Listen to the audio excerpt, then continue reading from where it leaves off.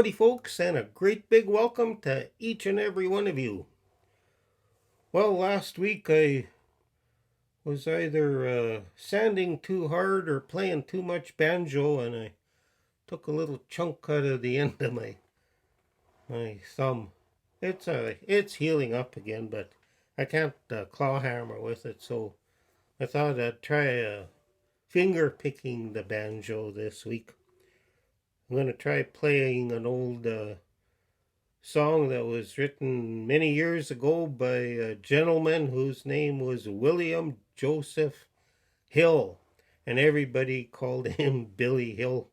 I talked about him in a video that I did on the Prairie Lullaby. He wrote that tune, and he composed this next tune that I'm going to try and play and sing for you. Anyway, hope you enjoy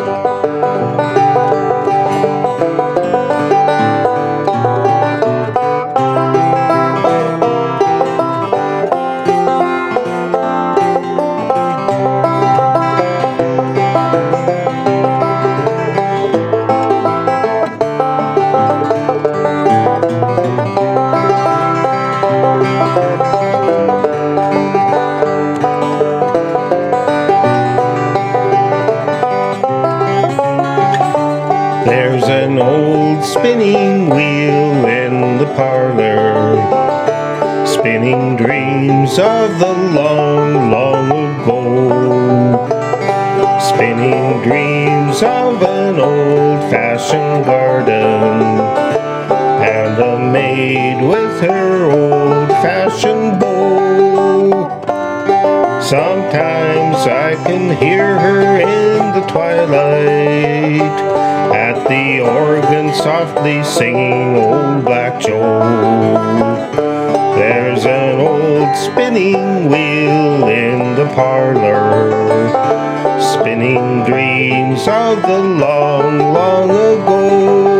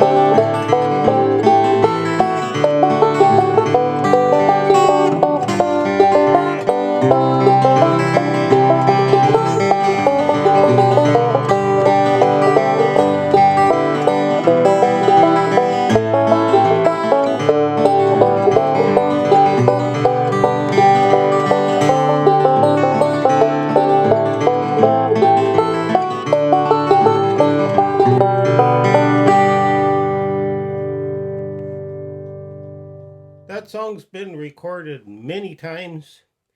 Ray Noble and his orchestra recorded it in the 20s, and folks like Chet Atkins and Hank Snow played it, and Patty Page did a real lively version of it, backed up by a full orchestra.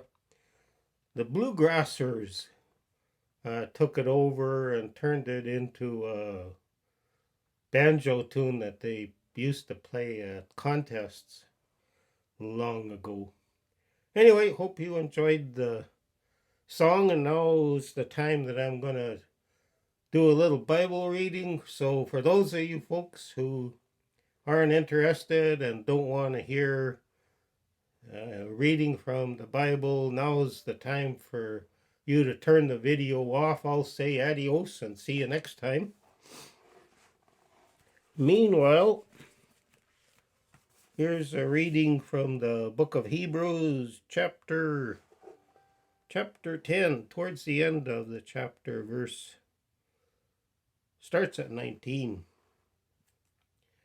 Therefore, brothers, since we have confidence to enter the most holy place by the blood of Jesus, by a new and living way opened for us through the curtain, that is his body, and since we have a great priest over the house of God, let us draw near to God with a sincere heart, in full assurance of faith, having our hearts sprinkled to cleanse us from a guilty conscience, and having our bodies washed with pure water.